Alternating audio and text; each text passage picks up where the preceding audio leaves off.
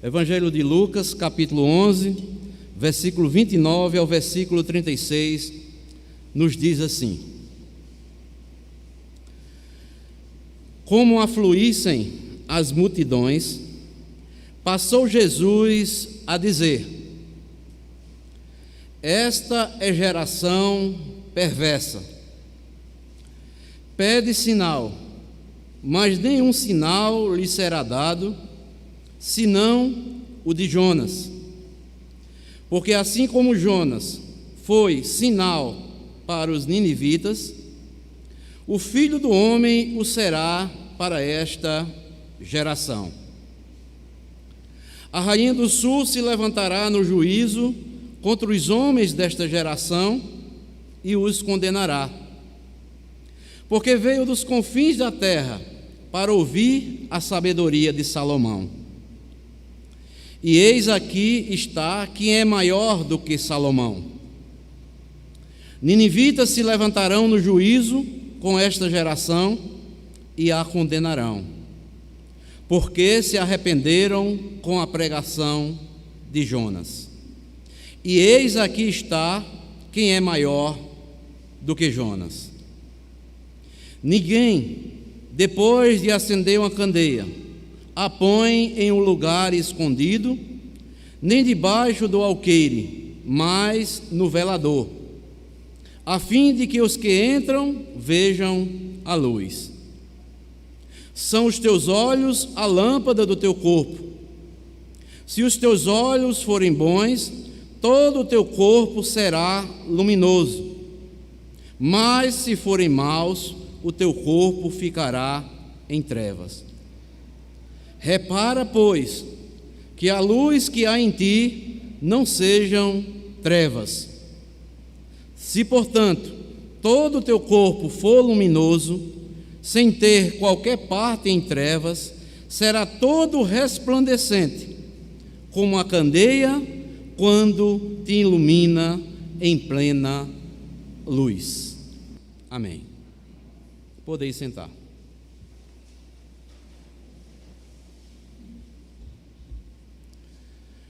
Amados irmãos e amigos, quando nós lemos esta narrativa bíblica aqui, que foi escrita por Lucas, inspirado pelo Espírito Santo, no versículo 29, as multidões fluíam para ouvir Jesus Cristo. Essa multidão já tinha ouvido muitos ensinamentos, já havia visto muitos milagres, mas a perversidade ainda persistia em seus corações. Eles queriam sinais, desejavam provas, buscavam evidências.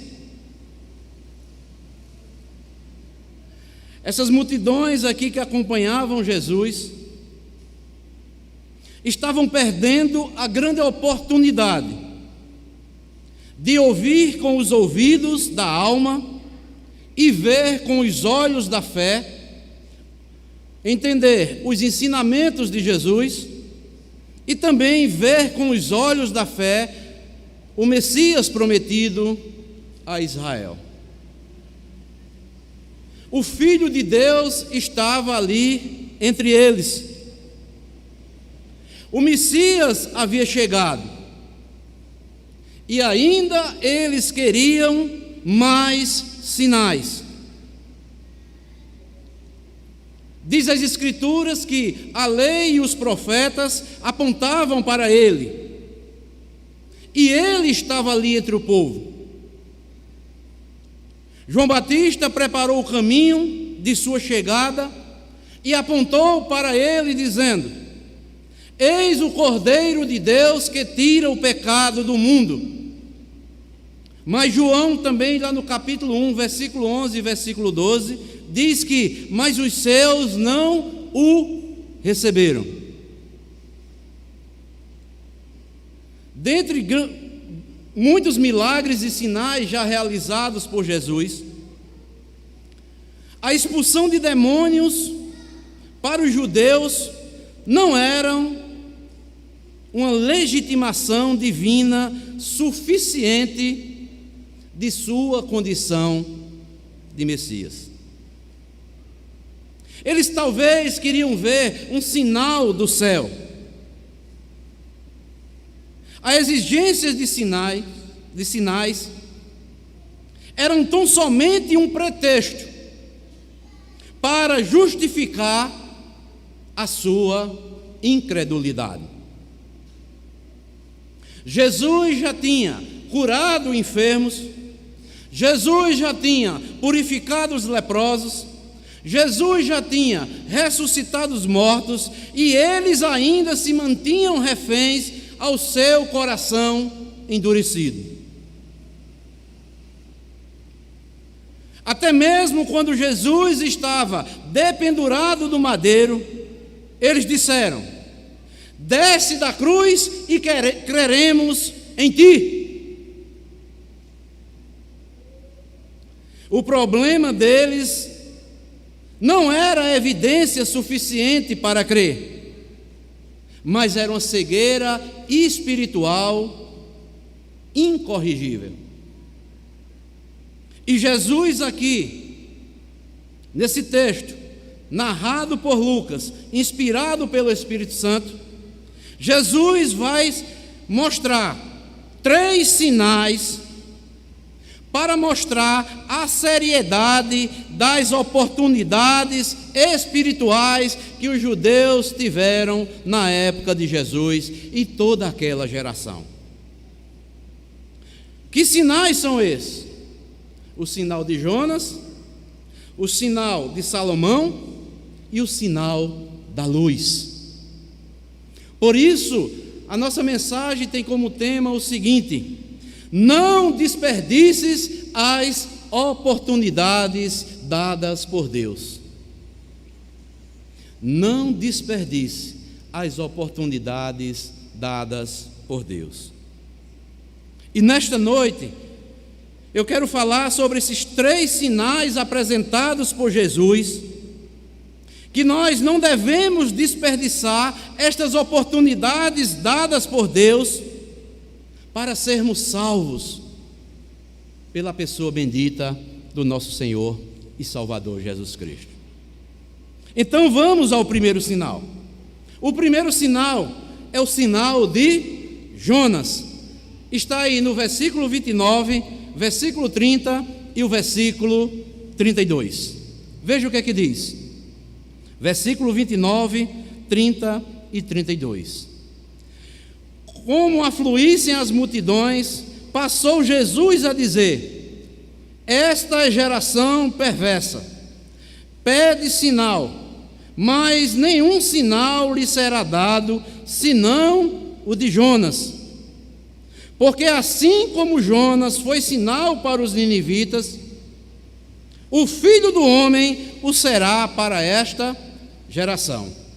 E o versículo 32 agora diz o seguinte: ninivitas se levantarão no juízo com esta geração e a condenarão, porque se arrependeram com a pregação de Jonas.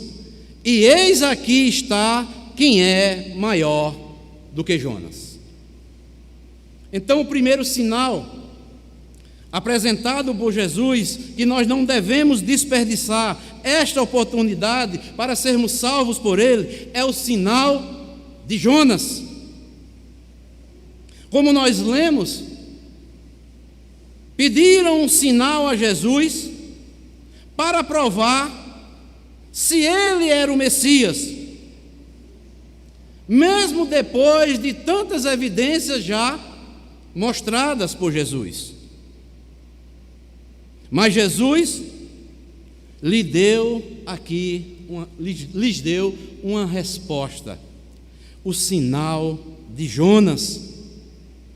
E o que representa o sinal de Jonas? Representa a morte, sepultamento e ressurreição de Jesus Cristo. A morte e a ressurreição de Jesus provam que Ele é o Messias, provam que Ele é o Filho de Deus.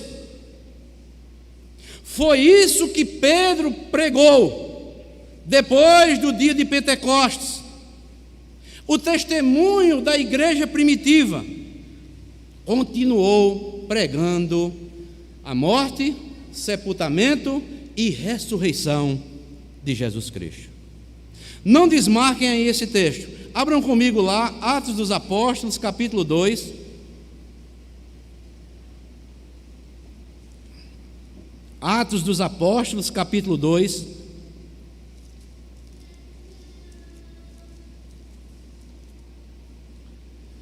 No final do sermão de Pedro, depois do dia de Pentecostes.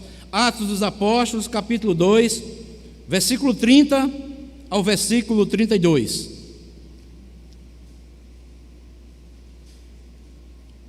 Aqui é o sermão de Pedro, versículo 30 ao 32.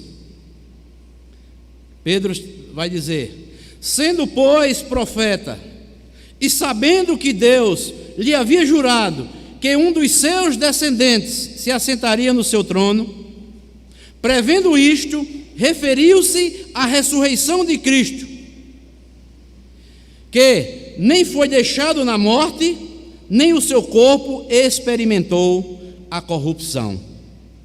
A este Jesus Deus ressuscitou, do que todos nós somos testemunhas. Então, amados irmãos, as multidões que rodeavam Jesus estavam pedindo sinais, mas Jesus disse: primeiramente, será dado a vocês agora apenas o sinal de Jonas. Jonas, amados irmãos, era um milagre vivo lá na sua missão que ele teve, como está escrito lá no Antigo Testamento. Como também o nosso Senhor Jesus Cristo é um milagre vivo. Jonas foi um sinal para os ninivitas, assim como o Filho do Homem o será para esta geração. Está aí no versículo 30. Porque assim como Jonas foi sinal para os ninivitas, o Filho do Homem o será para esta geração. Amados irmãos, da mesma forma que Jonas passou no ventre do grande peixe 3 dias e 3 noites, Jesus também passou 3 dias e 3 noites no ventre da terra. A evidência mais clara de que Jesus era o Messias não foram os sinais, os milagres que ele realizou, mas foi a sua morte, seu sepultamento e a sua ressurreição. Jesus diz que no dia do juízo os ninivitas se levantarão para condenar aquela geração, pois ouviram a pregação de Jonas e se arrependeram. No entanto, Jesus, sendo maior do que Jonas, não foi ouvido por aquela geração, permaneceu incrédula e perversa. Aqui, eu quero, você que está me ouvindo nessa noite, você já creu na morte, sepultamento e ressurreição de Jesus Cristo? Se você ainda não creu, se você não se arrependeu dos seus pecados, ninivitas se levantarão no dia do juízo para a sua condenação. Esta é a mensagem de Jesus. Este é o primeiro sinal que Jesus deu à sua geração, lá na sua época, e este é o primeiro sinal, isto é, se você quer ser salvo pela mediação ou por intermédio do nosso Senhor e Salvador Jesus Cristo. Porque, como a Bíblia diz, não há outro debaixo do céu e na terra que importa que sejamos salvos. Esse nome que é dado é Jesus Cristo. Então a mensagem é clara. Pessoas estão buscando sinais, maravilhas, milagres para as suas vidas. Mas se você não crê nesse sinal que foi aqui ensinado por Jesus, assim como Jonas ficou 3 dias e 3 noites no ventre do grande peixe, que foi um sinal lá para os ninivitas se arrependeram a todos. Jesus é também para a geração da sua época e para todas as gerações futuras, até que um dia ele retorne para buscar a sua igreja. No versículo aí, 32, veja o que Jesus diz: ninivitas se levantarão no juízo com esta geração e a condenarão, porque se arrependeram com a pregação de quem? De um profeta.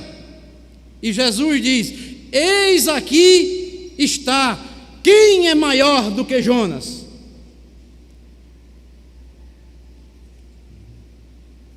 Então, meu amado irmão, você que já creu, louve a Deus, agradeça a Deus. Você que já se arrependeu dos seus pecados, se converteu, entregou sua vida sem reservas a Jesus, louve a Deus, cante a Deus, dê amém, dê aleluia.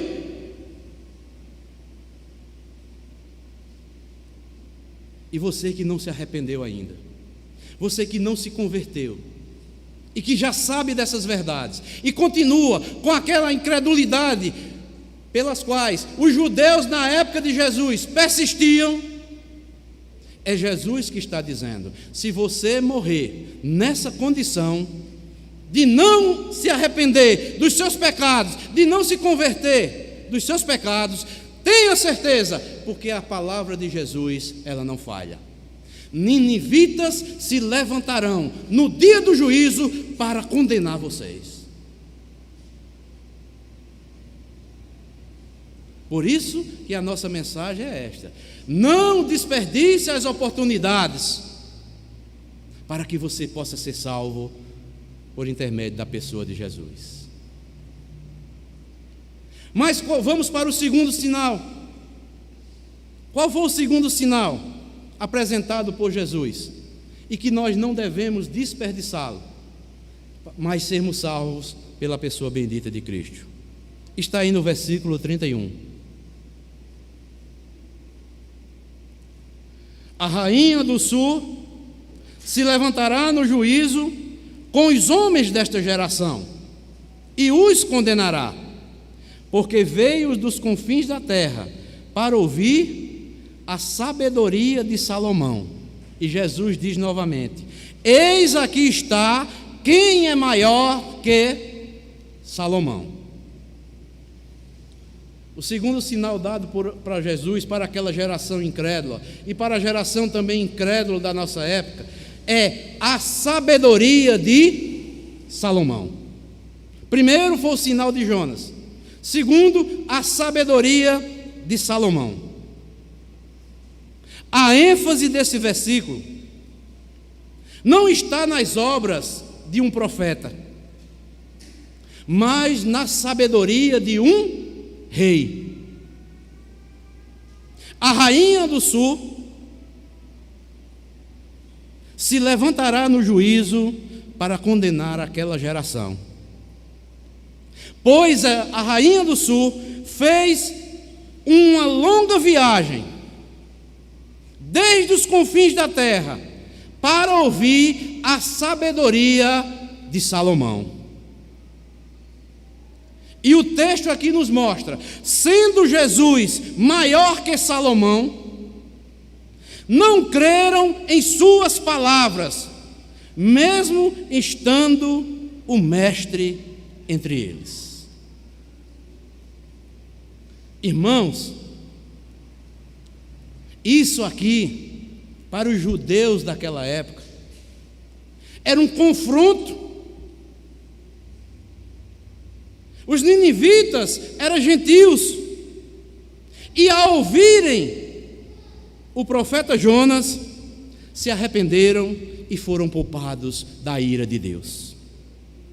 A rainha de Sabá, também sendo gentia, ao ouvir as palavras do rei Salomão, maravilhou-se com a sabedoria de Salomão e creu na sabedoria de Salomão. E os judeus, com todos os seus privilégios, não se arrependeram. E Jesus diz que o povo de Nínive, a rainha de Sabá, testemunhariam contra eles no dia do julgamento final.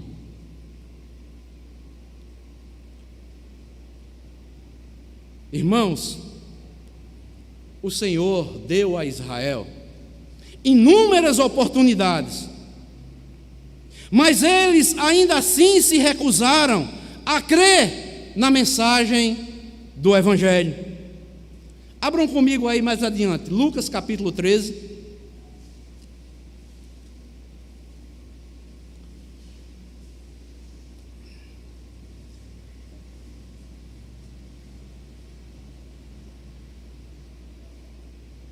Versículo 34 e o versículo 35. Veja só o que Jesus vai dizer aqui. Jerusalém, Jerusalém, que matas os profetas e apedrejas os que te foram enviados. Quantas vezes quis eu reunir teus filhos como a galinha ajunta os do seu próprio ninho debaixo das suas asas, e vós não quisestes. Eis que a vossa casa vos ficará deserta, e em verdade vos digo, que não mais me vereis, até que venhais a dizer, bendito o que vem em nome do Senhor. Amados irmãos, é profundo. O Senhor deu inúmeras oportunidades a Israel, mas mesmo assim, eles continuaram com a dureza de coração. E aplicando para a nossa época, da mesma forma, Deus continua dando oportunidades à nossa geração. Quantas oportunidades muitos já receberam da parte de Deus, mensagens claras, mostrando que só Cristo é que salva, e continuam com os seus corações endurecidos.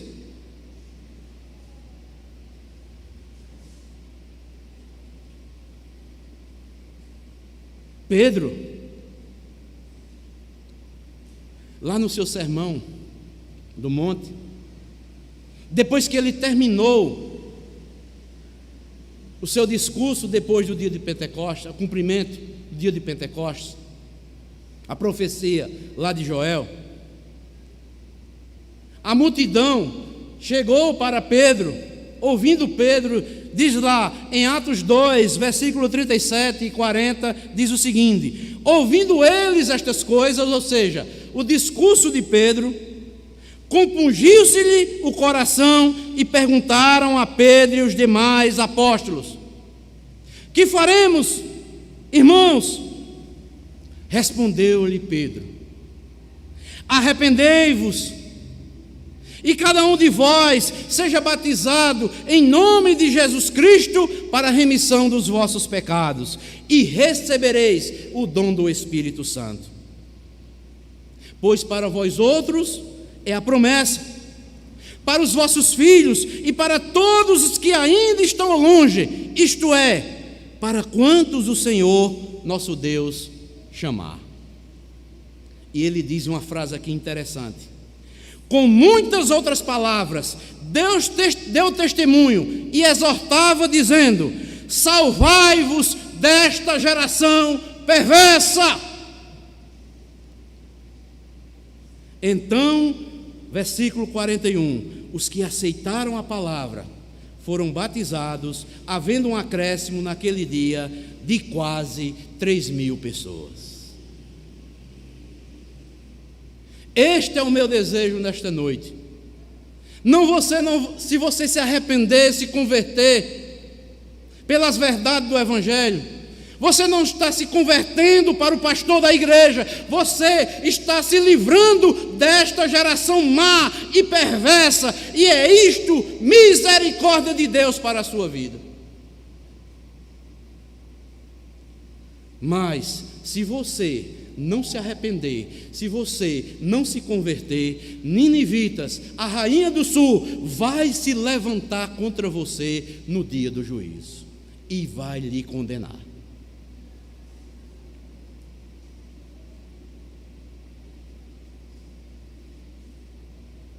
Salvai-vos desta geração perversa.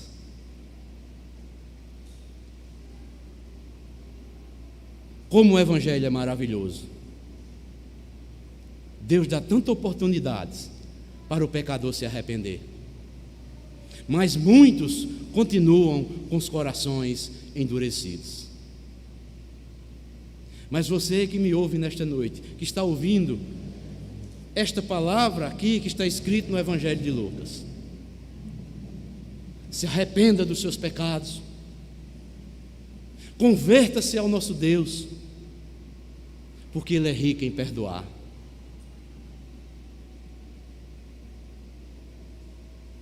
O texto que nós lemos lá em Isaías 55,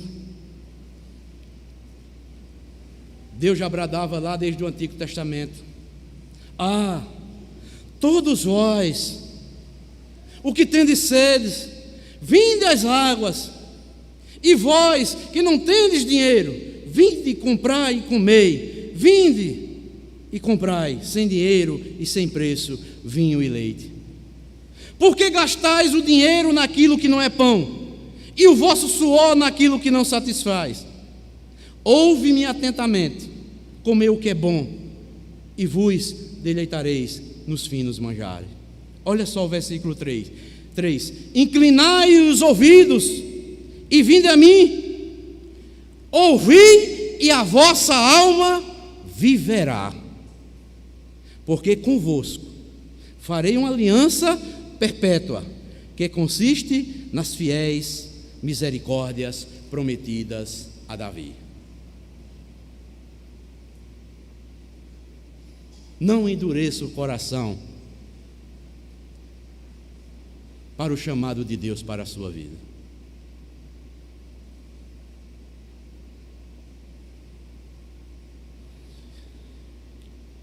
E Pedro diz: pois para vós outros é a promessa, para os vossos filhos e para todos os que ainda estão longe, isto é, para quantos o Senhor, nosso Deus, o chamar.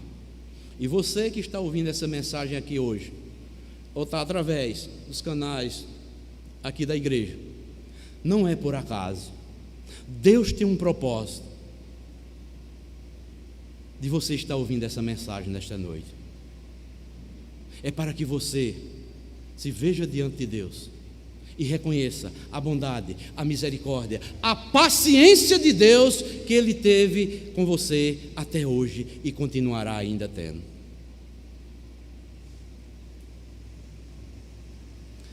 Amados irmãos, mensagens como esta, que foram proferidas aqui por Jesus,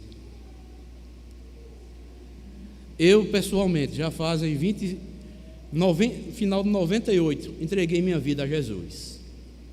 E eu vou ser sincero a você, quando eu ouço ou leio e o Espírito Santo fala uma mensagem dessa ao meu coração, eu me converto novamente. Eu me entrego cada vez mais sem reservas ao Senhor. Porque o Senhor teve comigo paciência, 28 anos me suportando na incredulidade. E você, quanto tempo faz que vive em desobediência a Deus? E Deus tem lhe chamado, tem dado oportunidades a você, e você continua com o coração endurecido. Corra para os braços do Senhor. Não seja como aquela geração da época de Jesus, mas creia na mensagem de salvação.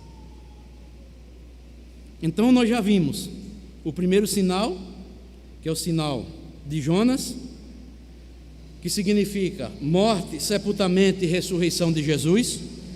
Vimos a sabedoria de Salomão, é que a sabedoria de Jesus, ela nos confronta para nos arrependermos e nos convertermos e mostrar que nós somos pecadores e que sem Ele nós não chegaremos a lugar algum.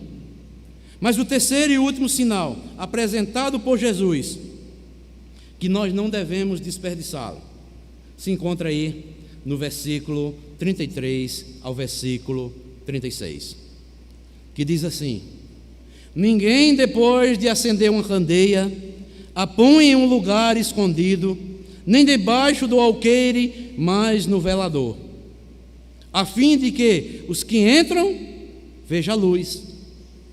São os teus olhos a lâmpada do teu corpo. Se os teus olhos forem bons, todo o teu corpo será luminoso.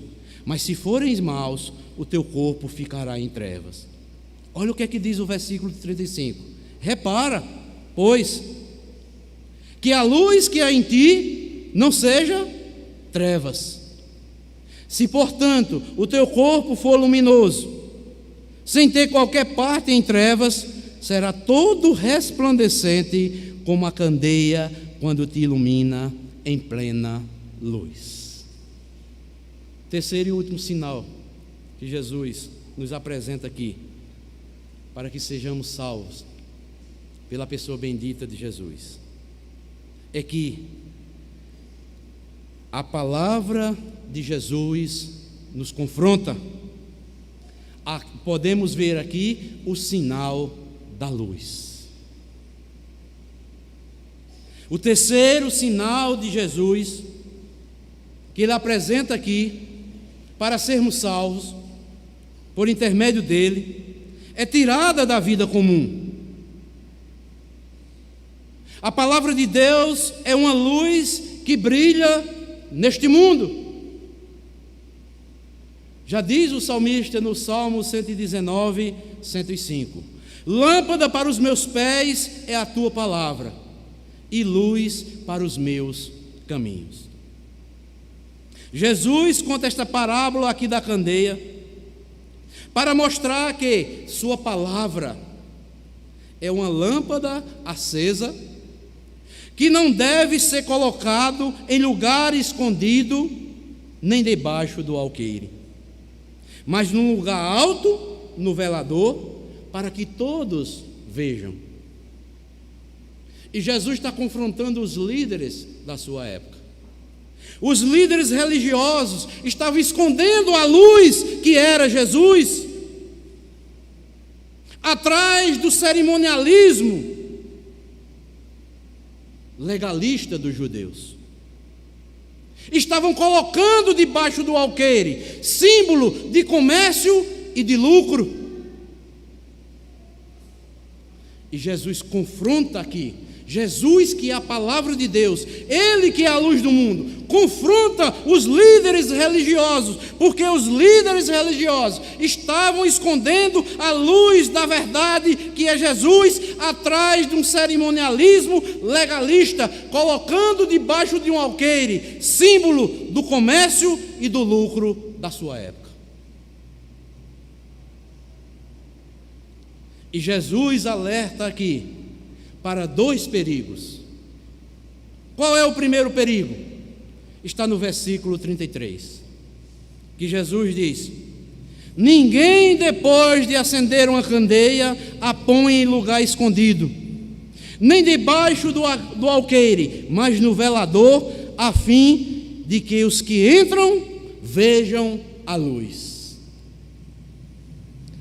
Os judeus, na época, com todo o cerimonialismo legalista, estavam escondendo a luz. Jesus disse: a luz é para ser colocada no lugar mais alto, para que todos quanto entrarem vejam a luz, se cheguem para a luz e sejam salvos. A palavra de Deus, amados, não podemos escondê-la. É luz e ilumina as nossas almas. Só a palavra de Deus prevalece sobre as trevas. Só a palavra de Deus nos alerta os perigos e aponta com segurança o nosso caminho. A palavra de Deus não pode ser escondida apenas numa religiosidade legalista. Deve ser colocada no velador, para que todos sejam iluminados. E Jesus aqui está mostrando o sentido básico do seu ensino é: permita que a luz ilumine seu próprio coração. A luz já estava brilhando ali no meio deles, mas aqueles homens estavam tentando obstruir a luz que é Jesus. Mas a Bíblia diz que Deus enviou seu Filho ao mundo para ser luz.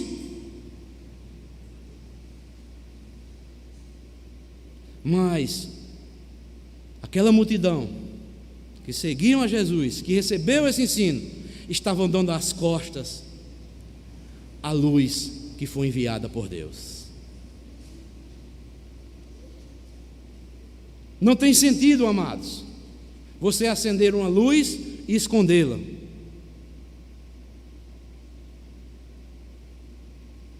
E você não ser iluminado por ela. E Jesus faz aqui um alerta: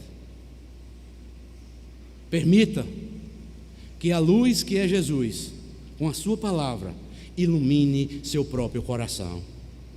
E eu creio que Ele pode fazer isso. Só Ele tem esse poder, porque a palavra de Deus, ela é apta para penetrar nossa alma, discernir os nossos pensamentos e intenções dos nossos corações. Só Ele sabe o que você está refletindo neste momento. Eu não tenho essa capacidade. Mas Jesus diz que a luz vai iluminar o seu coração. E essa luz é Ele próprio, é a palavra de Deus encarnado em nossas vidas. Não despreze a luz, não despreze os ensinamentos de Jesus. Permita que você seja ensinado, doutrinado por Ele, para que essa luz chegue lá no seu coração.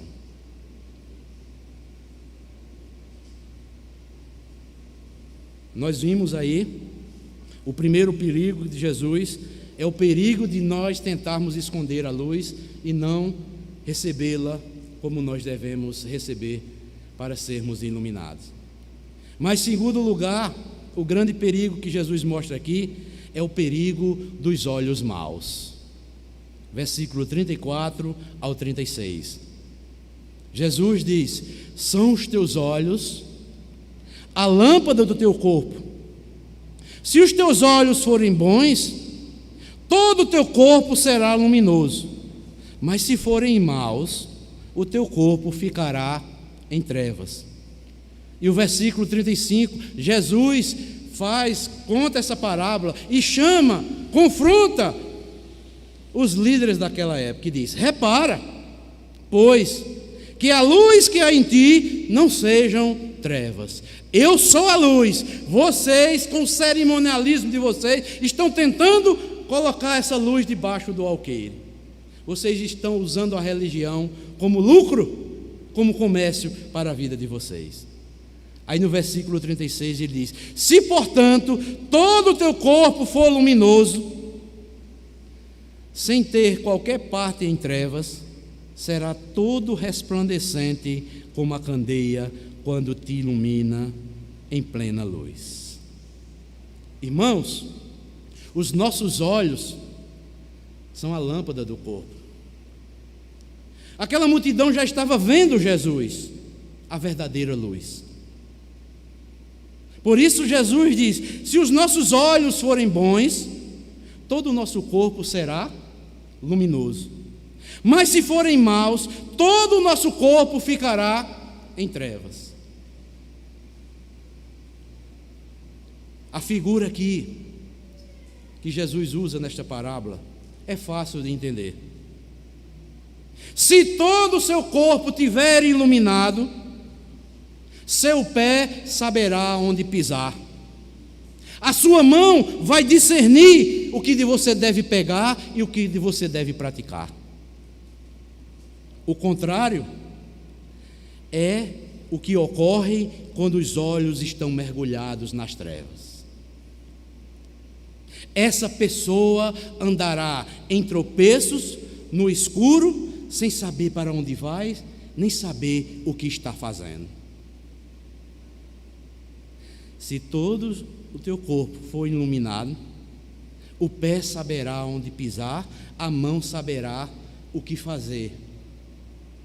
Mas se for o contrário, se essa luz não estiver habitando em você, você vai continuar tropeçando no escuro, sem saber onde está pisando, nem saber para onde vai. Mas se a sua pessoa está cheia da luz, que é Cristo, a luz espiritual, e o que é isso? Santidade, sabedoria, alegria espiritual, você realmente já está iluminado e a luz já habita em você.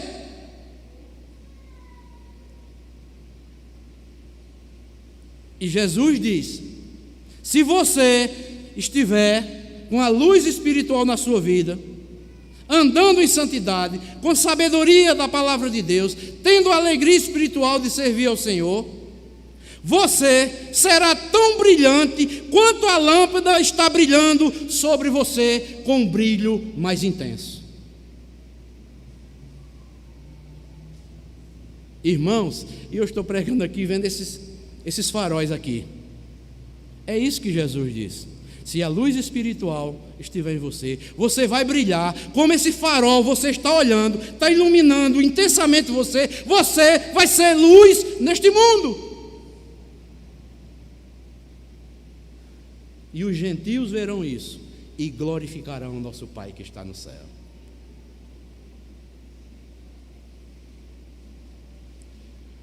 Irmãos, devemos ter cuidado. E você que está ainda não tomou uma decisão para Jesus. Há dois tipos de escuridão espiritual: o da ignorância e da incredulidade obstinada. E é esse segundo tipo aqui de escuridão que Jesus está falando para os judeus naquela época. Foi esse tipo de escuridão que reinou nos corações dos que odiavam a Jesus. Incredulidade obstinada. E você que me ouve, cuidado para você não estar com essa incredulidade obstinada. Jesus já lhe deu várias oportunidades. Jesus já convenceu você que não existe outro caminho, que não existe outra verdade, que não existe vida eterna à parte de Jesus. Mas você continua na incredulidade. Isso se chama incredulidade obstinada.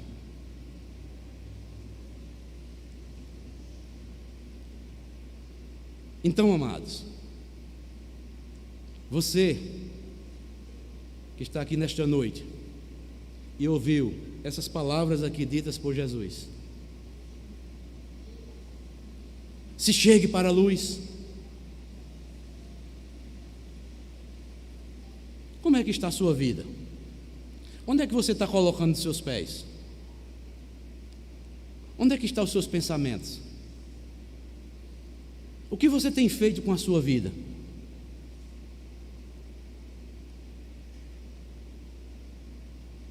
Você tem glorificado a Deus com a sua vida?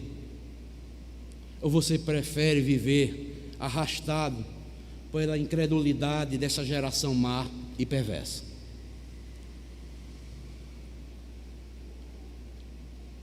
E concluo dizendo o seguinte: não devemos desperdiçar as oportunidades que Deus tem nos dado. Devemos reconhecer nossa necessidade, dia após dia, da luz que é Jesus Cristo.